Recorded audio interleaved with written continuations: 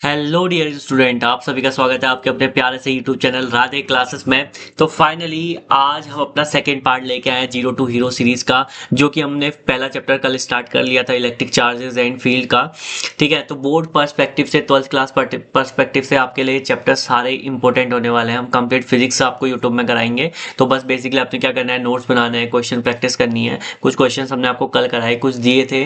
अगर उन क्वेश्चन से रिलेटेड कोई भी क्वेरी हो तो आप मेरे से डायरेक्टली पूछ सकते हैं। ठीक है, और डायरेक्टली आप कमेंट बॉक्स में लिखिए सर ये वाला क्वेश्चन समझ में नहीं आया, I will make a separate video और नेक्स्ट क्लास में मैं आपको समझा दूंगा। तो फाइनली हम हमने जो कल सीखा वो था इलेक्ट्रिक चार्ज और चार्ज के जितने टाइप्स थे। ठीक है, और उसके बाद हमने सीखा उसकी बेसिक प्रॉपर्टीज चार्ज की। तो आज के लेक्चर में हम इस चैप्टर का सबसे इम्पोर्टेंट जिससे स्टार्टिंग होती है, जिस टॉपिक से, कूलॉम्स लॉ से स्टार्ट करेंगे। बट बेसिकली कुछ पार्ट्स बचा हुआ है चार्जेस का, पहले उसे कंप्लीट कर लेते हैं। ठीक है, तो without wasting time let's move there. 1 second. Okay, and 1 second, मैंने आपको कल एक इन्फॉर्मेशन दी थी कि हमारा नया बैच स्टार्ट होने वाला है 1 अप्रैल से। और इस नए बैच की कॉस्ट जैसे कि आप देख सकते हो, इसमें केवल 15 स्टूडेंट होंगे। मैंने आपको कल ऑलरेडी बता दिया है कि केवल 15 स्टूडेंट का बैच होगा। 15 स्टूडेंट फिल हो जाएंगे, फिर उसके बाद नेक्स्ट 15, क्योंकि 15 बैच होंगे तो डायरेक्टली स्टूडेंट टीचर से कोऑर्डिनेट कर पाएगा। राइट, हम 1000 बच्चे ले लें, 500 बच्चे ले, तो उसका कोई पर्पस नहीं बनता, वो क्रेडिबिलिटी नहीं दे पाएगा, उतने अच्छे से बच्चे समझ नहीं पाएंगे। डायरेक्टली वन वे कन्वर्सेशन रहेगा, टू वे पॉसिबल नहीं हो पाता, क्योंकि बच्चे कितना चैट में लिखेंगे, कितना टीचर पढ़ पाएगा। राइट, तो एक एक पढ़ने में टाइम वेस्ट होता है। डायरेक्टली स्टूडेंट पूछ सकता है टीचर से। तो ओनली 15 स्टूडेंट, अगर 15 स्टूडेंट कंप्लीट हो जाएंगे देन उसके बाद अगेन 15 स्टूडेंट मीन्स बैचेस बनते जाएंगे, बट 15 ही स्टूडेंट रहेंगे, इतना हमारा प्रॉमिस है। उससे ज़्यादा हम बच्चे नहीं लेंगे एक बैच में। तो आप जल्दी से जल्दी जुड़िए। फिजिक्स, अभी मैंने यहाँ पर फिजिक्स का लगाया, but basically chemistry, biology, mathematics and 10th class की साइंस एंड मैथमेटिक्स सभी हम स्टार्ट कर रहे हैं 1 अप्रैल से। तो हमारे साथ जुड़े रहिए, बेटर रहेगा आपके फ्यूचर के लिए। ज़्यादा से ज़्यादा अच्छे टीचर्स आपको पढ़ाएंगे और बेसिकली आपके पास ज़्यादा से ज़्यादा अच्छी नॉलेज आएगी, क्योंकि जितने भी टीचर हम हायर करेंगे, जितने भी टीचर आपको पढ़ाएंगे, समझाएंगे, वो अभी बेसिकली फिजिक्स तो मैं ही ले रहा हूँ, बट अगर कोई इन फ्यूचर टीचर आए फिजिक्स के, और बेसिकली जो भी टीचर आएंगे वो हाईली क्वालिफाइड होंगे, आपको अच्छे समझाएंगे।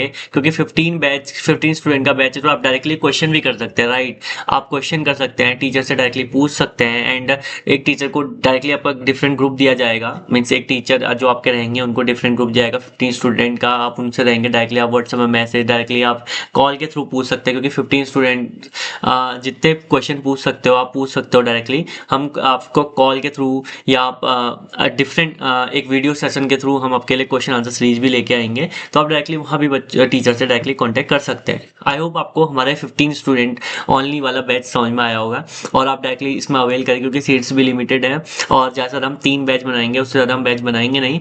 तो without wasting time let's start. और एक और इन्फॉर्मेशन बची है, वो है कि अबाउट आवर वेबसाइट, हमारी वेबसाइट में जाके भी आप डेमो क्लासेस देख सकते हैं। वहाँ मैंने कुछ डेमो क्लासेस अपलोड ऑलरेडी करी हुई है। एंड उसके बावजूद भी अगर आपको कांटेक्ट करना है या क्रेडिबिलिटी या कुछ देखना है, मतलब डायरेक्टली आप वेबसाइट में जाके देख सकते हैं हमारे बारे में। हमारी वेबसाइट, हमारी कंपनी राधे क्लासेस के बारे में लिखा हुआ है। एंड उसके बाद जो भी हमारे कोचिंग सेंटर की इंफॉर्मेशन है वो सब इसमें आपको मिल जाएगी। तो directly without wasting time let's start the class. And कल हमने इसका इंट्रोडक्शन पढ़ा था। एंड उसके बाद मैंने बताया था कि चार्ज, इलेक्ट्रिक चार्ज क्या होता है। ठीक है, उसकी अलग प्रॉपर्टीज बताई थी, basic properties, law of conservation of charge, law of conservation, quantization of charge मैंने समझाया था, Q is equals to any वाला फॉर्मूला। तो आपको क्या करना है ना, Q is equals to any वाले अदर क्वेश्चंस गूगल में सर्च मारना है। आजकल आपके पास चैट जीपीटी, बहुत सारी चीजें हैं, तो बस आपको प्रैक्टिस करनी है। एंड क्वांटाइजेशन ऑफ चार्ज का मतलब आपको बेसिकली पता होगा। राइट, तो क्वांटाइजेशन ऑफ चार्ज मैंने आपको कल समझा दिया है। तो without wasting time let's move ahead then. ये क्वेश्चंस मैंने कराए हुए थे, ये मैंने घर से दिए थे। आई होप आपने इनको अटेम्प्ट किया होगा। नहीं आ रहे हैं तो आप मेरे से डायरेक्टली पूछ सकते हैं। तो सीधे मूव करते हैं difference between electric charge and mass. देखो, इलेक्ट्रिक चार्ज एंड मास में क्या डिफरेंस होता है, मैं बेसिक बता रहा हूँ आपको, बेसिक। ठीक है, देखो पहली बात, मास इज ऑलवेज पॉजिटिव, ये तो बेसिक है। ठीक है, आपको इतना तो ध्यान में होगा ना, इलेक्ट्रिक चार्ज नेगेटिव भी होता है, पॉजिटिव भी होता है। नेगेटिव क्यों होता है? क्योंकि एक्सेस ऑफ इलेक्ट्रॉन हो जाता है। कोई चार्ज, किसी पे नेगेटिव चार्ज क्यों आता है? वो नेगेटिव कैसे हो जाता है? क्योंकि एक्सेस ऑफ इलेक्ट्रॉन होता है। ठीक है, और किसी बार डेफिशिएंसी ऑफ इलेक्ट्रॉन होगा तो पॉजिटिव चार्ज आ जाएगा, ठीक है। जीरो भी हो सकता है, न्यूट्रल भी हो सकता है ऑब्जेक्ट, ठीक है, लेकिन mass is always positive. Electric charge is always quantize, मैंने बताया था कल, मैंने समझाया था जो मास होता है वो क्वांटाइज नहीं होता, ठीक है। Mass quantization of mass is not yet established, जो यहाँ पे मैंने मेंशन किया हुआ है। मास को हम ले सकते हैं, क्वांटाइज का मतलब फिक्स्ड है, 2 3 4 ऐसे, 2.5 2.3 ऐसे नहीं होगा, जबकि हम मास को ऐसे कंसीडर कर सकते हैं, है ना। Charge on a body does not depends on its speed, जो मेंशन लिखा हुआ मैं समझा रहा हूँ यहाँ पे फोकस करना, ठीक है। जो चार्ज होता है बॉडी का वो स्पीड पे डिपेंड नहीं करता। मान लो मैंने तो कुछ सामान वहां पर रखा नहीं तो मुझसे समझा रहा, ये देखो ये स्पीड से दौड़ रहा है, देखो ये समझ पा रहे हो ना, ये एक इलेक्ट्रॉन है, ये पूरी पेन को एक इलेक्ट्रॉन मानो, ये इलेक्ट्रॉन दौड़ रहा है तो इस पर चार्ज कितना होगा, 1.6 इंटू 10⁻⁻19 कूलम होगा, है ना। 1 सेकेंड, let me fetch the pen. एक इलेक्ट्रॉन पर चार्ज कितना होता है, जैसे कि कल हमने किया था, वो था कितना, -1.6 इंटू 10⁻⁻19 कूलम, है ना। अगर मैं इस इलेक्ट्रॉन को दौड़ा रहा हूं, ठीक है, इसको दौड़ा रहा हूं तेज स्पीड से, v वेलोसिटी से दौड़ा रहा हूं, क्या इसका चार्ज 1.7 हो जाएगा या 1.8 हो जाएगा, नहीं, इसके चार्ज के अमाउंट पर कोई इफेक्ट नहीं पड़ेगा। समझ में बात आई ना, ठीक है। तो ये स्पीड पर डिपेंड नहीं करता है, चार्ज का जो मैग्नीट्यूड है वो स्पीड पर डिपेंड नहीं करता, उसकी वैल्यू पर कोई फर्क नहीं पड़ेगा।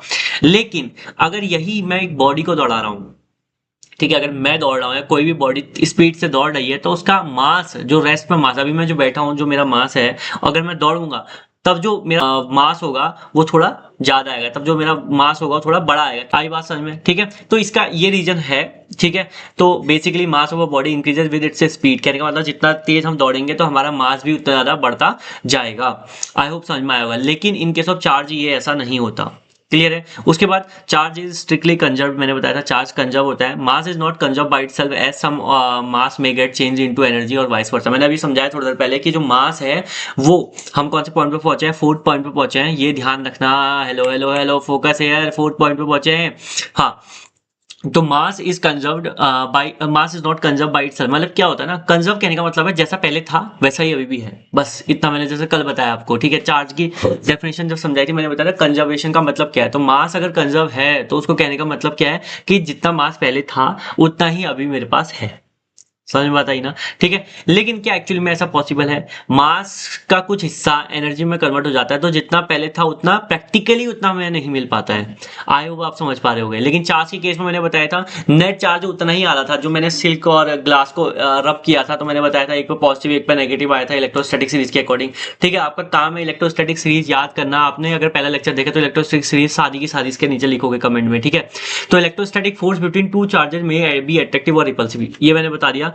अब देखो दो चार्जेस होंगे, अगर सेम चार्जेस होंगे तो एक दूसरे को क्या करेंगे, सेम चार्जेस रिपेल करेंगे, माइनस माइनस रिपेल करेगा, प्लस प्लस रिपेल करेगा। अगर अपोजिट चार्जेस होंगे तो अट्रैक्ट करेंगे।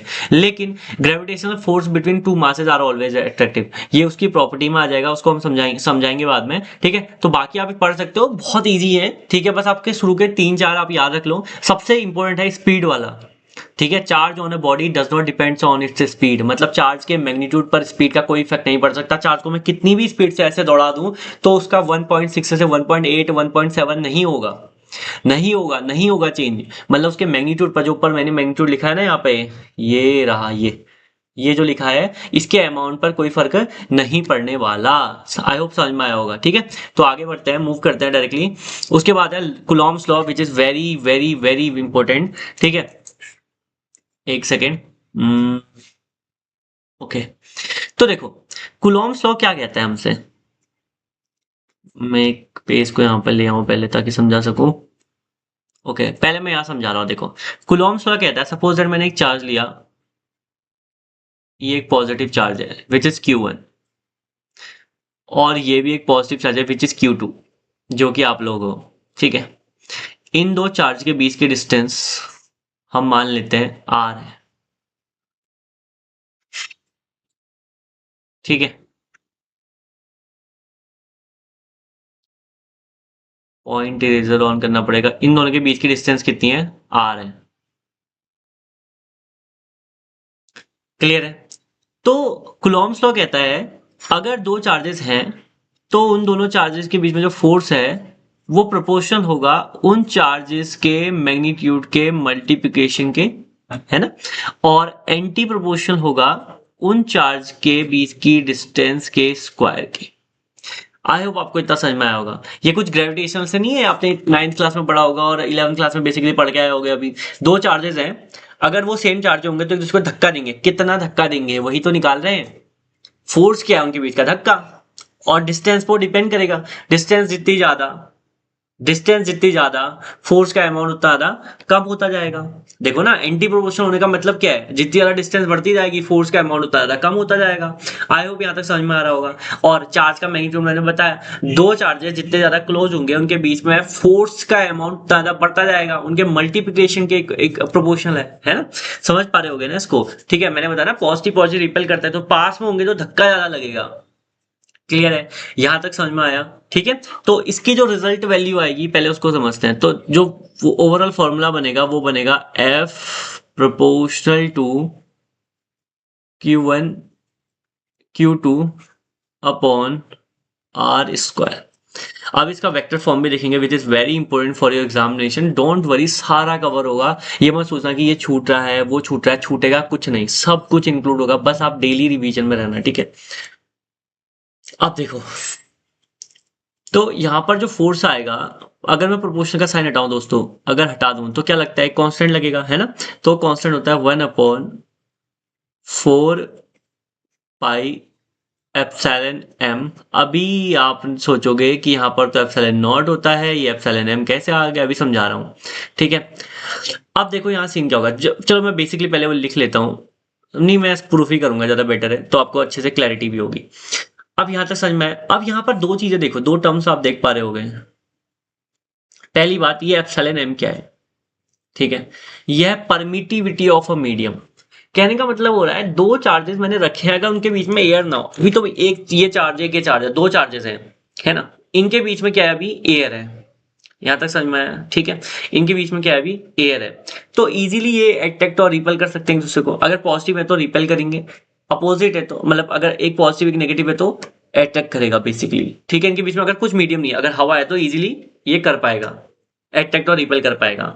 लेकिन लेकिन मैं आपको समझाऊं तो, 1 सेकेंड, मान लो ये बुक है, आपने कभी नोटिस किया होगा, 1 सेकेंड, आपने कभी नोटिस किया होगा वो मैग्नेट चिपकाए होंगे आपने ना, मैग्नेट दो पेजेस के बीच में, एक मैग्नेट यहाँ से एक मैग्नेट यहाँ से, कभी नोटिस किया। अगर आप सिंगल पेज की उसमें ये सिंगल पेज के उसमें एक मैग्नेट इस साइड से एक मैग्नेट इस साइड से चिपकाओगे तो इजीली वो चिपक जाते हैं, स्टिक हो जाते हैं। लेकिन अगर ऐसी चार दो तीन पेज लूं तो उनके बीच का फोर्स और कम होता जाएगा। इतने पेजेस ले लूं तो फोर्स लगभग जीरो हो जाएगा। मतलब उन दोनों के बीच में क्या आ गया, मीडियम आ गया। समझ पा रहे हो ना, ठीक है। एक मैग्नेट मैंने यहां से लगाया, मैं अगर ऐसे करूंगा बुक फट जाएगी मेरी, ठीक है। एक मतलब समझ पाए होगे आप, नहीं तो यहां समझा देता हूं। मतलब एक मैग्नेट मैंने यहां से लगाया, एक मैग्नेट मैंने यहां से लगाया, वो ऐसे चिपक गए अगर ये एक पेज होता तो। लेकिन ये पेज का क्या है, पूरा झुंड है, झुंड। समझ पा रहे हो ना, ठीक। पूरा बंडल है पेजेस का, ठीक है। तो ये जो बंडल है, ये बंडल मोटा है, तो क्या होगा, दोनों मैग्नेट के बीच के अट्रैक्शन फोर्स को क्या कर देगा, कम कर देगा। यहाँ मैं अट्रैक्शन मान रहा हूँ, मुझे पता है वो रिपल्सिव भी होता है, ठीक है। कमेंट में लिखने की जरूरत नहीं है, मुझे पता है। तो देखो, तो अट्रैक्टिव भी होगा और रिपल्सिव भी होगा, तो मीडियम बीच में आ जा रहा है ना। तो मीडियम आने से क्या हो रहा है, फोर्स की वैल्यू कम हो जा रही है, तो परमिटिविटी वही मीडियम होता है। आई बात समझ में, ठीक है। तो यहां पर देखो, यहां पर इसका एप्सिलॉन एम का अमाउंट अगर बढ़ेगा, 1 सेकेंड, ये लाइन सीधी हो जाए, नहीं हो रही है, ओके। अगर इसका अमाउंट बढ़ेगा एप्सिलॉन एम का, तो देख पा रहे होगे एफ का अमाउंट घट रहा होगा। वही जो मैंने मैग्नेट का केस बताया, तो दोनों चार्जेस के बीच में अगर कोई मीडियम रख दूं तो उनके बीच का अट्रैक्शन और रिपल्सिव फोर्स की वैल्यू क्या हो जाएगी, अपने आप कम हो जाएगी। आई होप यहां तक समझ में आया होगा, चमका दिमाग में अच्छे से, ठीक है। अब देखो सीन क्या हो रहा है। अब देखो जो ये फोर्स है, हाँ मैं आपको ये समझा, एप्सिलॉन एम क्या था मैंने लिखना भूल गया, लेकिन यहाँ पे एप्सिलॉन एम क्या है, वह है परमिटिविटी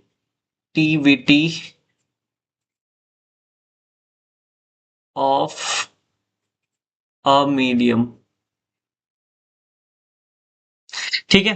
तो यहां पर एक कॉन्सेप्ट आता है रिलेटिव परमिटिविटी या डाइलेक्ट्रिक कांस्टेंट का, विच इज के और कैपिटल के, और एप्सिलॉन आर। रिलेटिव परमिटिविटी बोलते हैं इसको। रिलेटिव मतलब क्या हो रहा है, कंपैरिजन कर रहे हैं। कंपैरिजन करने का मतलब क्या है, देखो ना, तो आपके अगर 100 में से 80 मार्क्स आए तो कैसे लिखोगे, 100 में से 80 मार्क्स आए तो कैसे लिखोगे, 80/100 लिखोगे। आपने 100 से कंपेयर किया कि आपके कितने मार्क्स आए, समझ पा रहे हो ना, ठीक। तो यहां भी ऐसी है, जब मैंने सबसे ज्यादा फोर्स कब होगा, दो चार्जेस के बीच में सबसे ज्यादा फोर्स कब होगा, जब कोई मीडियम ही नहीं होगा, वैक्यूम होगा, तो इजीली अट्रैक्ट और रिपल कर सकते हैं। अगर इनके बीच में मीडियम रख दो तो उनका उनका जो फोर्स का अमाउंट है वो या तो डिक्रीज हो जाएगा, समझ पा रहे हो ना, ठीक है। तो एयर के रिस्पेक्ट में, एयर के रिस्पेक्ट में किसी अदर मीडियम में दो चार्जेस के बीच में, एयर के रिस्पेक्ट में किसी अदर मीडियम में दो चार्जेस के बीच में जो फोर्स है वो कितना है, कितना ज्यादा कितना कम, कितना ज्यादा कितना कम। अभी समझना, पहले जो मैं बोल रहा हूं उस पर फोकस करना। एयर के रिस्पेक्ट में जब एयर थी बीच में तो सबसे ज्यादा है, समझ में, एयर है तो सबसे ज्यादा उन दोनों के बीच में एट्रैक्टिव और रिपल्सिव फोर्स है। उसके अलावा अदर मीडियम में कितना कम या कितना ज्यादा, आइए बताओ, कम या ज्यादा वो हम बाद में सोचेंगे, पहले जो समझा रहा हूं उस पर फोकस करना, कितना कम या कितना ज्यादा। ये जो हम कंपेयर कर रहे हैं एयर के रिस्पेक्ट में किसी अदर मीडियम में, अगर उस चार्ज पार्ट दो चार्जेस को रखूं तो इलेक्ट्रोस्टैटिक फोर्स उनके बीच में कितना ज्यादा है कितना कम होगा, उसे ही क्या बोलते हैं, रिलेटिव परमिटिविटी बोलते हैं। यहां पर हम क्या कर रहे हैं, कंपेरिजन कर रहे हैं, समझ में आया ना, ठीक है। तो ये जो फोर्स है ना, F proportional to Q1 Q2, F proportional to 1/r², ये क्या है, यह कूलोम्बिक फोर्स, इसे कूलोम्बिक फोर्स भी बोलते हैं, जस्ट बिकॉज ऑफ कूलोम्ब्स लॉ इसे बोलते हैं इलेक्ट्रोस्टैटिक फोर्स भी बोलते हैं। आई होप यहां तक समझ में आ रहा होगा, ठीक है। तो रिलेटिव परमिटिविटी क्या है, परमिटिविटी इन वैक्यूम और air and permittivity in any medium, इससे कंपेयर कर रहे हैं हम कि अदर मीडियम में परमिटिविटी कितनी होगी, ठीक है। तो बेसिकली यहां से एप्सिलॉन एम की वैल्यू कितनी आएगी बताओ, वो आएगी आपकी, मैं ये दिख रहा नहीं, दिख रहा मेरे सर से छुप तो नहीं रहा, नहीं नहीं, तो ये आएगी एप्सिलॉन एम की value epsilon naught into epsilon R, और कैपिटल के भी लिख सकते हो, कोई फर्क नहीं पड़ता। तो क्या मैं इस फॉर्मूले में F is equals to 1/4 pi epsilon M की जगह क्या लिख सकता हूं मैं, epsilon not epsilon R Q1 Q2/r² है ना। तो अगर इनके बीच में एयर रखी हो, ऐसा सपोज कर लेते हैं, इनके बीच में अगर हमने एयर मीडियम रखा हो, तो एयर रखी होगी, तो एयर के केस में जो एप्सिलॉन आर होता है, 1 सेकेंड, जो एप्सिलॉन आर होता है उसकी वैल्यू कितनी होती है, 1, इसे के भी बोलते हैं, कैपिटल के, कैपिटल के, मैं बार बार दोहरा रहा हूँ, शब्दों में ध्यान देना, अभी स्मॉल के भी आएगा। तो अगर इनके बीच में एयर है, यहाँ पर एयर भी लिख लेता हूं मैं, एयर या वैक्यूम, एयर है तो एप्सिलॉन आर 1 हो गया, तो फॉर्मूला क्या बना, 1/4 pi epsilon naught Q1 Q2/r²। अब यहाँ एप्सिलॉन नॉट की वैल्यू भी होती है, वो होती है 8.854 गुणा 10⁻12, ठीक है। तो इसकी जो यूनिट होती है वो होती है आपकी कूलॉम स्क्वायर, ठीक है, पर newton metre square, newton metre है हाँ ये, ठीक है, कूलॉम स्क्वायर पर न्यूटन, क्योंकि ये ऊपर जाएगा तो ये नीचे आ जाएगा, तो कूलॉम स्क्वायर पर newton metre square, epsilon naught की वैल्यू की बात कर रहा हूं मैं, ठीक है, इतनी होती है। मतलब इससे कंपेयर करते हैं, मैंने 100 का एग्जांपल दिया था ना आपको, हम 100 से कंपेयर कर रहे हैं, सॉरी मैं यहाँ पर आ गया, हम 100 से कंपेयर कर रहे हैं, वो आपको दिख रहा होगा पीछे, 100 से कंपेयर कर रहे थे, तो यहाँ कैसे कर रहे हैं, 8.854 इंटू 10⁻12 कूलॉम स्क्वायर पर न्यूटन मीटर स्क्वायर से हम यहाँ कंपेयर कर रहे हैं, ठीक है। परमिटिविटी ऑफ फ्री स्पेस है ये, ठीक है, फ्री स्पेस है, इससे कंपेयर कर रहे हैं कि अदर मीडियम में जब दो चार्जेस को, दो चार्ज के बीच में अगर अदर मीडियम रखेंगे तब उनके कूलॉम्बिक फोर्स या इलेक्ट्रोस्टैटिक फोर्स में कितनी कमी आएगी, उसकी हम बात कर रहे हैं, हम कंपेयर कर रहे हैं एक्चुअली मीडियम्स का, समझ में आया ना, ठीक है। तो F equals to 1/4 pi epsilon naught Q1 Q2/r, Q2 तो आप लोगों को, ठीक है, Q1 Q2/r², ये जो आया अपना, 1 सेकेंड, ये डब्बे में बंद हो गया, यस, ये जो वैल्यू आई ना, मैं हट जाता हूं थोड़ा, ये जो वैल्यू आई ना, ये यही है कूलॉम्स लॉ, ठीक है। यहां पर इसको थोड़ा अच्छे तरीके से अगर लिखा जाए तो ये ऐसे लिखा जाता है, F equals to k Q1 Q2/r², are square. तो ये जो लिखा है ना मैंने अच्छे से, जो मैं बोल रहा हूँ कि अच्छे से जब लिखा जाता है, ये जो मैंने अच्छे से लिखा है, ये जो के की वैल्यू है ये होती है 1/4πε0 according to the Coulomb's law. ये स्मॉल के है। कैपिटल के जो ऊपर बनाया हुआ है वो है रिलेटिव परमिटिविटी, ध्यान रखना इसको, या डायलेक्ट्रिक कांस्टेंट बोलता है, रिलेटिव परमिटिविटी बोलता है, जिसकी value epsilon M upon epsilon naught होती है। ये स्मॉल के है, ये जो F equals to k Q1 Q2 upon r square है, दैट इज स्मॉल के, इसकी वैल्यू होती है 1/4πε नॉट। ठीक है, अब इस स्मॉल के की भी वैल्यू होती है कुछ। ठीक है, मैं इसको किस पेज में समझाऊं, यहाँ समझा देता हूँ। ठीक है, यहाँ पर ये ऑलरेडी लिखा हुआ है, देखो ये स्मॉल के जो यहाँ पर है ना, जिसकी वैल्यू मैंने यहाँ पर मेंशन की हुई, देखो ये है ना, इसकी वैल्यू है 9 × 10⁹ न्यूटन मीटर स्क्वायर पर कूलम स्क्वायर। इसकी वैल्यू ये होती है। कहने का मतलब हो गया, जब आप लिखोगे बेसिकली 1/4πε0 इक्वल्स टू कितना लिखोगे, 9 × 10⁹ न्यूटन मीटर स्क्वायर पर कूलम स्क्वायर। शायद मेरे सर से छुपा नहीं है, या मुझे डर लगता है ना कि यहाँ छुप जाए तो पूरा मैं लेक्चर पढ़ा देता हूँ, कभी कभी पीछे से ही लिखा हो जाता है, मैं छोड़ना भूल जाता हूँ। तो आई होप दिख रहा होगा। क्लियर है, इतना समझ में आया ना अच्छे से। ठीक है, तो कूलम्स लॉ क्लियर हुआ। ठीक है, इसका वेक्टर फॉर्म करेंगे, डोंट वरी, करेंगे, सब करेंगे। पहले इसके कुछ न्यूमेरिकल देखते हैं, हमें वो भी करने हैं साथ में। तो यहाँ तक आई होप समझ में आया होगा अच्छे से। और ये रहा हमारा कूलम्स लॉ, इसका स्क्रीनशॉट लेना मत भूलना। ठीक है, विच इज वेरी इंपॉर्टेंट। मैंने सब कुछ अच्छे समझाया, परमिटिविटी भी समझा दिया है इसके साथ। ठीक है, छूटा कुछ नहीं है। 1 सेकेंड यार, एक चीज यहाँ पर छूटी थी जो मैं मेंशन करना भूल गया था आप लोगों को। बेसिक प्रॉपर्टी क्वांटाइजेशन तो मैंने करा दिया है। एक सेकेंड, ओके ये लास्ट में, ठीक है ठीक है, कोई दिक्कत नहीं, कोई दिक्कत नहीं। चलो अब पहले कूलम्स लॉ के न्यूमेरिकल्स कर लेते हैं। देखो क्या बोला, what is the force between to small charge sphere having, okay मान लो वो क्या कह रहा है, देखो बहुत अच्छी बात कह रहा है। पहले हम फिगर बनाएंगे इसको समझने के लिए। ठीक है, देखो मेरे पास एक चार्ज ये है, दूसरा चार्ज ये है, इसकी वैल्यू Q1, ये Q2, इन दोनों के बीच की डिस्टेंस R है। ठीक है, इस Q1 की वैल्यू है 2 × 10⁻⁻7 कूलम।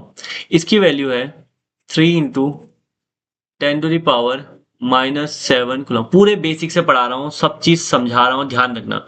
अब जो डिस्टेंस दिए ना, ये दिया आपको 30 सेंटीमीटर। ठीक है, ये डिस्टेंस कितनी दी है, 30 सेंटीमीटर दी है। ठीक है, अब आगे बढ़ते हैं।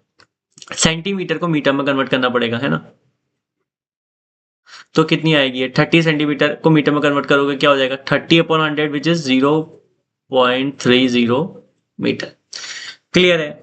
अब निकालना है इनके बीच में what is the force between to small charge pair having charges. तो इनके बीच में चार्ज, स्पेयर से घबराना मत, जो स्पेयर है इसको हम छोटा ही समझेंगे। तो एक पूरा पॉजिटिव स्पेयर हो गया, इधर भी पॉजिटिव हो गया, तो एक चार्ज पूरा एक कंप्लीट चार्ज की तरह बिहेव करेगा, ये ऐसे समझ लेना इसको। ठीक है, तो इसे मैं हटा दूं। आप देखो तो फॉर्मूला क्या होता है, F equals to small k Q1 Q2 upon r square. तो फोर्स की वैल्यू कितनी आ गई, Y, के की वैल्यू है आपकी 9 × 10⁹9 इंटू Q1 की वैल्यू कितनी है, देखो वो है आपकी 2 × 10⁻⁻7 इंटू, देखो कभी कभी कैलकुलेशन मिस्टेक है, टीचर कैन ऑल्सो डू, समझ में आई ना। ठीक है, तो उससे ये नहीं सोचना कि उसको नहीं आ रहा है, उसको आता है तभी वो पढ़ा रहा है, बस कभी कभी मिस्टेक हो सकती है क्योंकि ही इज ऑल्सो ह्यूमन, ही और शी। ओके, तो इसको ऐसे समझ के चलना है आप लोगों ने। तो ये इसका स्क्वायर, तो इस फॉर्मूले में मैंने इसकी वैल्यू रख दी। मैंने बताया ना के की वैल्यू होती है 1/4πε0 और 1/4πε0 की वैल्यू कितनी होती है, 9 × 10⁻9 होती है। ठीक है, आपको इसको ध्यान रखना है। अब मैंने कॉन्सेप्ट रखा है, एक्चुअली जो लेक्चर होगा वो 45 मिनट मैक्स जाएगा, 45 मिनट से ज़्यादा नहीं जाएगा, क्योंकि आपको नोट्स वगैरह सब कुछ बनाने होते हैं। तो आप नोट्स पे बनाओगे, सब कुछ करोगे, डेली प्रैक्टिस, क्वेश्चन नोट करोगे, क्वेश्चन इनको सॉल्व करोगे, न्यूमेरिकल सॉल्व करोगे। ठीक है, वीडियो पॉज करने से पहले न्यूमेरिकल सॉल्व करना, फिर वीडियो स्टार्ट करना, सब कुछ दिया जाएगा आपको टाइम, बस आपको प्रैक्टिस करनी है। प्रैक्टिस प्रैक्टिस प्रैक्टिस प्रैक्टिस, जितना रहोगे प्रैक्टिस करोगे। अभी हमारे टेलीग्राम चैनल से भी आप जुड़ सकते हैं, राधे क्लासेस करके आप सर्च मारोगे तो मेरा टेलीग्राम इस लोगों के साथ आ जाएगा। यहाँ पर ये लोगो दिख रहा होगा, इस लोगों के साथ, या यहाँ पर ये लोगो दिख रहा होगा, इस लोगों के साथ मेरा टेलीग्राम चैनल आ जाएगा। ठीक है, तो आप उसे ज्वाइन करें, उसमें मैं टेस्ट सीरीज डालूंगा, तो आप उसे अटेम्प्ट कर सकते हो। तो बेसिकली ये हो गया। अब बात आती है इसकी, ये जो होगा तो फोर्स इज इक्वल्स टू कितना होगा बताओ, 9 इंटू 10 to the पावर 9 हुआ। ठीक है, 7 + 7 कितना होगा, -14। सब बेस सेम है तो ऐड हो जाती है पावर ना, तो ये -14 हो जाएगा। एंड 3 × 2 = 6। क्लियर है यहाँ तक? ठीक है। क्या मैं इसको ऐसे लिख सकता हूँ क्या, नीचे वाले को जो r², क्या मैं इसको ऐसे लिखता हूँ क्या, 3 × 10 to the पावर -2 का स्क्वायर, 30 इंटू हो जाएगा, सॉरी, है ना। तो उससे क्या ही फर्क पड़ा। ठीक है, तो अब देखो F equals to 9 into 10 to the power, देखो 9 में से 14 माइनस होगा या 14 में से 9 माइनस होगा तो बेसिकली कितना आएगा आंसर, कितना आएगा बताओ, -5 आना चाहिए, है ना। 9 + 5 कितना होता है, 9 × 4 = 13, 9 × 5 = 14। ठीक है, तो ये हो गया। और यहाँ मल्टीप्लाई 6 भी है, सॉरी फॉर दैट। और अब मेरे को क्या लिखना है, 2 × 30 लिखना है। एक सेकेंड, ये मेरी ओ ये तो छुप जा रहा है, एक सेकेंड, थोड़ा मैं साइड हट जाऊं तो बेटर है। 1 second,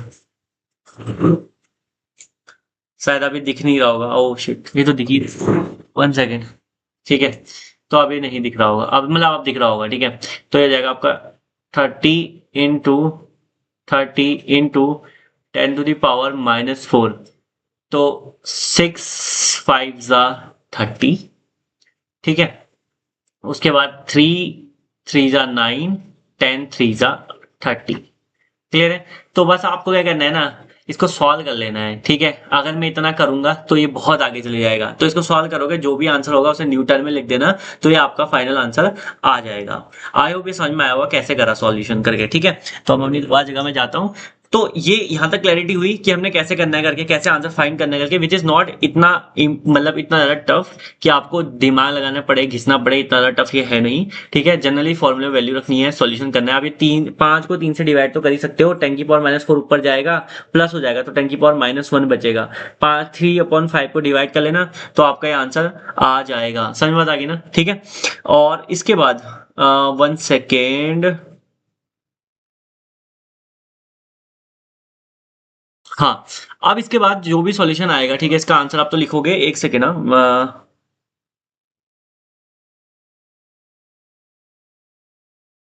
okay, so without wasting time let's move ahead. इसको आप कर लोगे ना सॉल्यूशन, ठीक है, अभी छोटे बच्चे तो रहे नहीं। नेक्स्ट पढ़ते हैं सीधे, calculate the Coulomb force between to alpha particle separated by distance इतना। ओके, तो सबसे पहले पता होना चाहिए कि अल्फा पार्टिकल्स क्या होता है, अल्फा पार्टिकल कौन होते हैं। अल्फा पार्टिकल स्कैटरिंग एक्सपेरिमेंट देखा होगा, उसमें क्या होता है, अल्फा पार्टिकल हीलियम का न्यूक्लियस होता है जिस पर कितना चार्ज होता है, +2 का चार्ज होता है। मतलब उस पर 2 प्रोटॉन तो होते हैं, है ना। हाइड्रोजन हीलियम कितने प्रोटॉन है उसके बाद 2, एक प्रोटॉन पे चार्ज कितना होता है, 1.6 इंटू 10⁻⁻19। समझा रहा हूँ, समझा रहा हूँ सर, क्या बोले जा रहे हो, फटाफट समझा रहा हूँ। देखो, ये कह रहा है आपने अल्फा पार्टिकल स्कैटरिंग एक्सपेरिमेंट देखा होगा। अल्फा पार्टिकल स्कैटरिंग में यहाँ से लिख देता हूँ ताकि सॉल्यूशन स्टार्ट कर दो, फिर पेज में जगह नहीं रह रही है। अल्फा पार्टिकल क्या था, अल्फा पार्टिकल था जिस पर चार्ज कितना था, +2 का था, है ना। 2e मतलब इसको प्रोटॉन समझ लो। ठीक है, मतलब ई मतलब चार्ज को डिनोट कर रहा है बेसिकली, नॉट इलेक्ट्रॉन। माइनस लगा होता तब इलेक्ट्रॉन को डिनोट कर रहा होता। ठीक है, तो एक प्रोटॉन पे चार्ज होता है 1 पॉइंट, मतलब एक ई का मतलब कितना है, 1.6, ये पॉइंट है, इनटू 10⁻⁻19 कूलॉम, है ना। तो 2e का मतलब कितना हुआ, फिर ये भी प्लस में ही होगा, plus 16 2 means 3.2। what you are doing Karthik, 3.2 into 10⁻⁻19 Coulomb. I hope ये क्लियर हुआ होगा। 2e मतलब दो अल्फा पार्टिकल के बीच में हमने कुलॉम्बिक फोर्स निकाला है, कुलॉम्बिक होगा, कुलॉम फोर्स या कुलॉम्बिक फोर्स। क्लियर है, दो अल्फा पार्टिकल, एक अल्फा पार्टिकल ये, एक अल्फा पार्टिकल ये। एक अल्फा पार्टिकल पर चार्ज कितना होता है, +2 का होता है। कमेंट बॉक्स में जरूर लिखोगे अल्फा पार्टिकल का मास कितना होता है। ठीक है, और अल्फा पार्टिकल स्कैटरिंग एक्सपेरिमेंट को क्या बोलते हैं, उसमें क्या हुआ था, ये एक बार कमेंट बॉक्स में जरूर लिखोगे। क्लियर है, हम लाएंगे केमिस्ट्री के लेक्चर जरूर लेके आएंगे, फिलहाल फोकस करते हैं यहाँ पे। तो देखो, दो अल्फा पार्टिकल्स है, दोनों के बीच में फोर्स निकालना है। तो एफ का फॉर्मूला क्या होता है फोर्स निकालने का, वो होता है आपका 1/4 पाई इंटू Q1 की वैल्यू कितनी है, 3.2 इंटू 10⁻⁻19 और दूसरा दोनों अल्फा पार्टिकल्स है ना, तो दोनों के बीच में फोर्स निकालना होगा, है ना। माइनस, सॉरी, ओके ओके, सही सही है यार। मैंने ये भी 3.2 है ना, मुझे क्या लगा, मैंने ये -15 लिखा है, कैसे इसने क्वेश्चन गलत दिया है, ऐसा ऐसा सच मुझे लगा। कोई बात नहीं, इसको फोकस करते हैं फिलहाल अभी। -19 कूलम ये चार्ज हो गया, डिस्टेंस दी है वो, ठीक है, मेरा ध्यान कहीं और था। ये डिस्टेंस है, तो डिस्टेंस कितनी है देखो, मीटर में दी है तो चेंज करने की कोई जरूरत नहीं है, तो 3.2 इंटू 10⁻⁻15 का स्क्वायर होता है ना ये। अब देखो 1/4 की वैल्यू कितनी होती है, 9 × 10⁻⁹ है ना।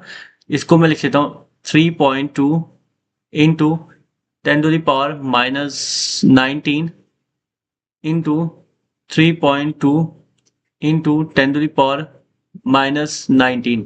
ठीक है, मैं वही बोल रहा हूँ, कभी कभी लिखने में गड़बड़ हो जाती है, कभी कभी कोई शब्द स्लिप ऑफ टंग हो जाता है, तो उस पर माइंड मत करना। आई एम ऑल्सो ह्यूमन, ठीक है, एक टीचर भी इंसान ही है दोस्तों, क्या करेगा वो बेचारा, बताओ। फिलहाल 15 × 30 तो कितना आएगा, -30।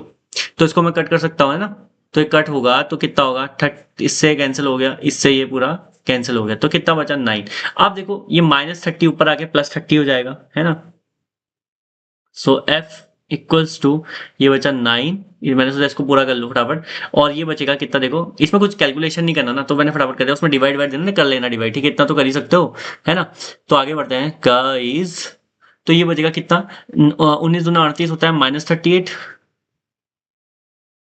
है ना, इनटू देखो ये -30 ऊपर आके +30 बन जाएगा,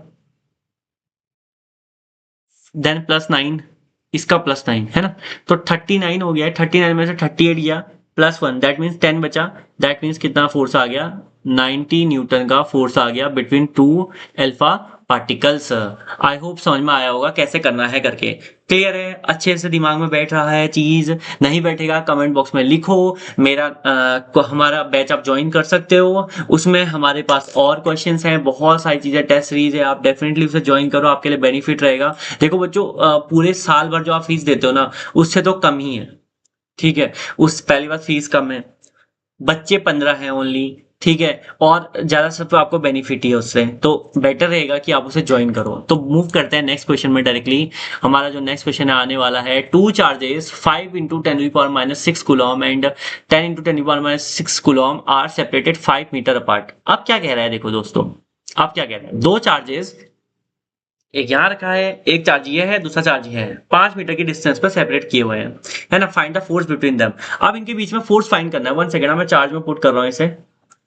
ये मत सोचना कि मैं यहाँ पर क्या क्या देख रहा हूँ बार बार, क्योंकि मुझे, मैं खुद ही यहाँ सब चीज ऑपरेट कर रहा हूँ, तो मुझे अपना लैपटॉप भी बीच में चार्ज लगाना पड़ता है, एंड बहुत चीजें हैं, फोन वगैरह, तो वो भी चार्ज लगाना पड़ता है, किसी का अर्जेंट कॉल आए तो वो हटाना पड़ता है, तो मतलब सारा काम मैं ही कर रहा हूँ, तो दैट्स वाई अदर चीज में भी ध्यान है फिलहाल। अब देखो ये तो बहुत इजी क्वेश्चन है, देखो दो चार्जर है, एक चार्ज दूसरा चार्ज, ठीक है, 5 मीटर की डिस्टेंस पर सेपरेट है, तो find the force between them कैसे निकालोगे, सेम फॉर्मूला अप्लाई कर दो यार। उसके बाद नेक्स्ट क्वेश्चन भी सेम है, ठीक है, आई होप ये कर सकते हो। ये दोबारा लिख दिया गया मैंने, ओके सॉरी सॉरी, ये दोबारा कॉपी पेस्ट हो गया है, कोई बात नहीं, आप एक बार ही, ऑब्वियसली एक बार ही करोगे, तो एक बार इसको जरूर ट्राई करें, ये बहुत ईजी है, एक बार ट्राई करें, नहीं आएगा, फिर भी नहीं आ रहा है तो जरूर पूछें, ठीक है। तो हम आगे बढ़ते हैं नेक्स्ट प्रश्न में। हमारा नेक्स्ट प्रश्न है, two electrons are separated by this distance, calculate the force between them. बहुत ईजी दोस्तों, बहुत ईजी। क्या कर दिया ये, क्या दे दिया ये, अच्छा देखो फोर्स का फॉर्मूला क्या होता है, देखो वीडियो पॉज करके पहले आप भी ट्राई करोगे इसको, ठीक है। तो कितना आएगा, फोर्स इज इक्वल्स टू कितना होता है, के मींस 1/4 विच इज स्मॉल के, मैंने बड़का के लिख दिया, सॉरी गाइस, के Q1 Q2 upon r square. तो मेरे पास फोर्स की जो वैल्यू आएगी, 1 सेकेंड, मेरे पास जो फोर्स की वैल्यू आएगी वो आएगी आपकी कितनी, के की वैल्यू कितनी होती है, 9 × 10⁻⁹। अच्छा दो इलेक्ट्रॉन्स है, दो इलेक्ट्रॉन्स हैं, तो कहने का मतलब क्या, क्या बताओ पहले, क्या दो इलेक्ट्रॉन से कहने का मतलब क्या, दोनों के बीच में फोर्स क्या होगा, रिपल्सिव होगा, धक्का दे रहे होंगे, एक दूसरे को फेंक रहे होंगे दूर, है ना, ठीक है। दो चार्जेस जब इसको धक्का दे रहे हैं, दो इलेक्ट्रॉन्स हैं, सेम चार्ज है, तो रिपेल करेंगे, धक्का देंगे तो कितने फोर्स से देंगे, वही फोर्स क्या है, कूलम्बिक फोर्स है। ठीक है, ज्यादा दिमाग में सोचना नहीं, वही सोचना है जो कॉन्सेप्ट है। अच्छा, तो दो इलेक्ट्रॉनों पर चार्ज कितना होगा, एक पर कितना होता है 1.6 इंटू 10⁻⁻⁻19 कूलम, है ना। दूसरे पे भी कितना होगा 1.6 इंटू 10⁻⁻19 कूलम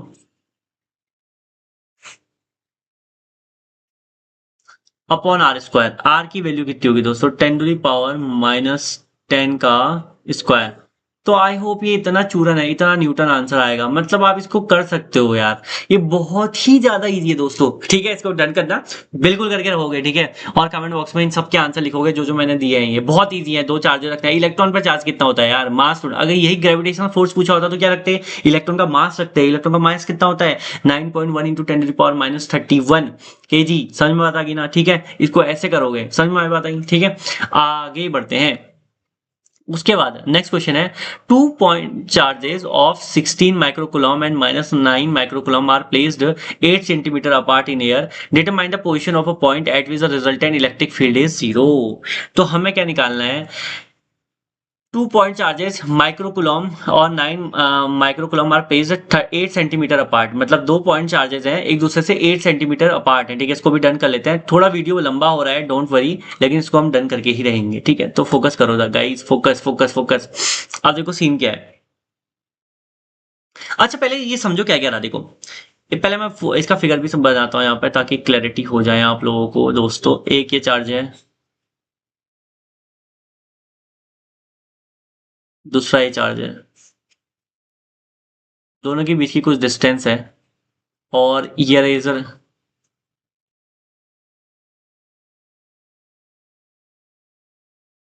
आर। तो पहला चार्ज है 16 + 16 माइक्रोकुलम, और जो दूसरा चार्ज है वह -9 माइक्रोकुलम। क्लियर है, ठीक है। अब जो मेरे पास ये दो चार्जेस हैं, ओके, मैं इनके बीच में जो आर है ना, इसको थोड़ा हटा दूं तो ताकि मैं इनके बीच की डिस्टेंस दिखा सकूं, which is 8, which is how much 8। अभी क्वेश्चन कह रहा है ना, अपार्ट है, मैंने एक दूसरे दूर है 8 सेंटीमीटर की डिस्टेंस पर, ये मैंने मेंशन कर दिया यहाँ पे। ठीक है, बधाई हो, ये 8 सेंटीमीटर। मीटर बदलने की जरूरत नहीं क्योंकि वो ऑलरेडी माइक्रोकुलम में दिए हुए हैं, है ना। ठीक है, तो ये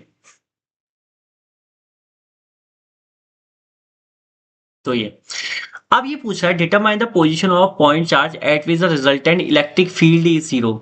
अब ये क्वेश्चन तो मैंने तब कराना चाहिए जब मैं इलेक्ट्रिक फील्ड वाला कराऊंगा। मैंने आपको डेरिवेशन कराया, मुझे अभी ध्यान में आया।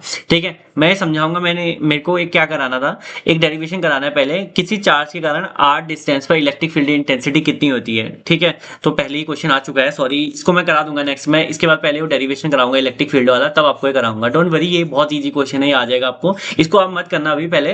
ठीक है, इसको मैं कराऊंगा डिटरमाइन, नेक्स्ट लेक्चर में कराऊंगा इसको। बेसिकली पहले अभी हमारा कुछ और टॉपिक बचे हैं, क्योंकि मैं सारा बेसिक ही ले रहा हूँ पहले। तो कुलॉम्स के रिलेटेड न्यूमेरिकल हमने कर दिए हैं, और न्यूमेरिकल अभी आएंगे। और मैं बोल रहा हूँ कि जो राधे क्लासेस टेलीग्राम चैनल है उसे जरूर ज्वाइन करो, वो बेनिफिशियल रहेगा आपके लिए। उसमें मैं टेस्ट सीरीज वगैरह डालता रहूंगा। ठीक है, तो 2 पॉइंट चार्जेस ये वाला मैं कराऊंगा, क्योंकि मैंने ये नहीं करा रखा किसी चार्ज के कारण r डिस्टेंस पर इलेक्ट्रिक फील्ड इंटेंसिटी कितनी होती है, पहले वो समझाऊंगा। ठीक है, तो उससे पहले नेक्स्ट टॉपिक पे बढ़ते हैं directly, range of coulombic force. अब बात आती है कोलम्बिक फोर्स कहां तक वैलिड है, पहले इसकी वैलिडिटी लिमिटेशंस तो समझें। ठीक है, अगर coulombic force acted over wide range of separation, मतलब लंबी सेपरेशन के लिए एक्ट करेगा, they are effectively from nuclear. अच्छा, मैं समझा रहा हूं, देखो बेसिकली इसकी कुछ लिमिटेशंस काइंड ऑफ थिंग है। देखो कैसे, 10⁻⁻15 मीटर से कम डिस्टेंस होगी ना, तो जो कोलम्बिक फोर्स है ना, वो किस में कन्वर्ट हो जाता है, न्यूक्लियर फोर्स में कन्वर्ट हो जाता है। आपने कभी नोटिस किया होगा कि जो आपके प्रोटॉन्स हैं वो न्यूक्लियस में बाइंड होते हैं। समझ रहे हो ना, जो प्रोटॉन्स हैं सब में पॉजिटिव चार्ज होता है, तो बाइंड कैसे होते हैं, यहाँ फोकस, यहाँ यहाँ यहाँ यहाँ यहाँ, हेलो जी। ठीक है, तो न्यूक्लियर फोर्स जो है आपके पास, जो न्यूक्लियस है आपके पास, जो आपके पास न्यूक्लियस है, उसमें जो प्रोटॉन्स होते हैं वो बाइंड होते हैं। वो क्यों बाइंड होते हैं, क्योंकि वो एक दूसरे 10⁻⁻15 मीटर से कम डिस्टेंस पर होते हैं। समझ रहे हो ना, अगर ऐसा होगा तो जो स्ट्रॉन्ग न्यूक्लियर फोर्स है वो वहां पर इफेक्टिव आ जाता है, क्योंकि 10⁻15 मीटर तक, यहाँ तक, और इससे इधर को इससे इधर को अगर डिस्टेंस होगी तो कौन सा फोर्स होता है, कूलम्बिक फोर्स काम करता है। अगर पास ले आओ तो न्यूक्लियर फोर्स होता है। न्यूक्लियर फोर्स एट्रैक्टिव होता है, स्ट्रॉन्ग एट्रैक्टिव फोर्स होता है जो उनको बाइंड करे रखता है। समझ में बात आई ना? ठीक है, तो आई होप यहां तक समझ में आया होगा। ठीक है, तो इसकी लिमिटेशन है, पहली बात तो ये charge must be at rest होना चाहिए, तभी इसका नाम इलेक्ट्रोस्टैटिक है। चैप्टर इलेक्ट्रोस्टैटिक यूनिट के अंदर आता है। Charge must be point charge, छोटे चार्जेस के लिए कूलम्ब्स यूज होता है। लिमिटेशंस की बात कर रहा हूं मैं, समझ में आ गई ना? एग्जाम में लिमिटेशंस पूछी जाएंगी, आपके जो फर्स्ट यूनिट टेस्ट होते हैं वगैरह वगैरह, उसमें लिमिटेशन ही आती है। Distance between charges must be greater than the nuclear size. For distance, strong nuclear force 10 to the power minus 10 metre, देखो वहां पर लेस देन का साइन है, मतलब 10 to the power minus 10 metre से कम डिस्टेंस पर न्यूक्लियर फोर्स इफेक्टिव हो जाता है। इससे इधर की डिस्टेंस होगी तो तब तक कूलम्बिक फोर्स, तब तक एक दूसरे को रिपेल ही करेंगे, लेकिन और पास ले आएंगे तो चिपक जाएंगे। फिर क्यों चिपकेंगे? तब कौन सा फोर्स इफेक्ट में आ जाता है? न्यूक्लियर फोर्स इफेक्ट में आ जाता है। आई होप यहां तक क्लियर हुआ होगा। ठीक है, तो ये इसकी लिमिटेशन है, याद रखना। 10 to the power minus 10 metre से कम डिस्टेंस होगी तो न्यूक्लियर फोर्स अप्लाई हो जाएगा, उससे ज्यादा डिस्टेंस होगी तो कूलम्बिक फोर्स या इलेक्ट्रोस्टैटिक फोर्स ही काम करेगा। आगे बढ़ते हैं। Comparing of electrostatic force and gravitational force. अब बताओ ये कितना ईजी है, सोचो कितना ईजी है, सोचो। Comparing electrostatic forces and gravitational forces. Electrostatic force क्या होगा बताओ? रिपल्सिव भी होता है और एट्रैक्टिव भी होता है। ग्रेविटेशनल फोर्स क्या होता है? एट्रैक्टिव होता है। ठीक है, बहुत इजी है ये, बहुत। Gravitational force does not depends on the medium, पहली बात इजी है। अभी इलेक्ट्रोस्टैटिक फोर्स मीडियम पे डिपेंड करता है, तभी इसके फॉर्मूले में क्या आता है? एप्सिलॉन नॉट आता है। परमिटिविटी ऑफ फ्री स्पेस अभी पढ़ाया था, ये तो तुम खुद दे सकते हो आंसर, समझ रहे हो ना? एप्सिलॉन नॉट क्यों आया? ग्रेविटेशन वाले में क्यों नहीं आया? इसमें क्यों आया? क्योंकि ये मीडियम पे डिपेंड कर रहा है, समझ रहे हो ना? ठीक है, इसमें पूरा स्टेटमेंट यहाँ रही, depends electrostatic force depends on the nature of a medium. पूरी स्टेटमेंट आप यहाँ से कॉपी कर लो, कॉपी कर लो या स्क्रीनशॉट ले सकते हो, ऐसे लो ना स्क्रीनशॉट। ठीक है, electrostatic force is much stronger than gravitational force. Obviously electrostatic force ज्यादा स्ट्रॉन्गर होता है ग्रेविटेशनल फोर्स के।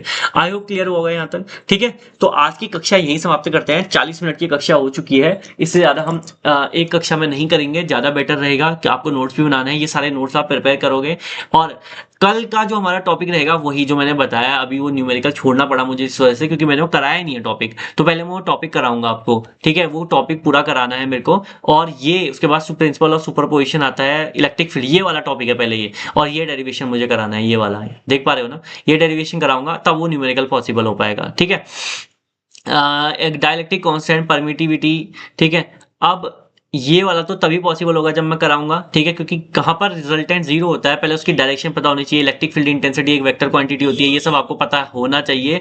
वो सब मैं कराऊंगा, मैंने वो भी कराया नहीं है। ठीक है, तो आई होप आपसे अगर आपके पास और अच्छा आपको कवर करना है सिलेबस, ठीक है, आपके पास नहीं, आपको और अच्छा सिलेबस कवर करना है और अच्छे ढंग से सिलेबस कवर करवाना है, means with numerical PYQs, means YouTube में आपको नोट्स वगैरह तो मिल जाएंगे सारे जो मैं पढ़ा रहा हूँ। ये सब ऑफलाइन भी सॉरी मीन्स बैचेस में भी यही सब चलेगा। मीन्स थोड़ा और इफेक्टिवनेस, मतलब कि पीवाईक्यूज के साथ, अदर पीवाईक्यू के साथ, न्यूमेरिकल प्रैक्टिस के साथ, कॉन्सेप्ट क्लैरिटी, वीकली टेस्ट वगैरह सब कुछ मिलेगा। ठीक है, तो आप डेफिनेटली इस बैच को ज्वाइन करो। ठीक है, प्राइस बहुत इफेक्टिव है डियर, प्राइस ज्यादा नहीं करे हैं। ठीक है, पूरे ईयर का प्राइस है। ठीक है, आप इसे ज्वाइन कर सकते हो और उसके बाद आप पूरे ईयर, पूरे साल भर आप टीचर से कॉन्टेक्ट में रहोगे, टीचर से जितने क्वेश्चन आप पूछ सकते हो बोर्ड एग्जाम तक। उसके बाद लिमिटेड सीट्स हैं और बोर्ड एग्जाम के टाइम पर जो पीवाईक्यूज होते हैं, एक्सक्लूसिव पीवाईक्यूज होते हैं, वो आपको दिए जाएंगे। बहुत सारी बेनिफिट्स आपको मिलेंगे। ठीक है, तो ज्यादा से ज्यादा ज्वाइन करें, अपने फ्रेंड के साथ शेयर करें। ठीक है, तो आई होप आपको आज का लेक्चर समझ में आएगा। डायरेक्टली मिलते हैं पार्ट 3 में। So thanks for watching Radhe classes.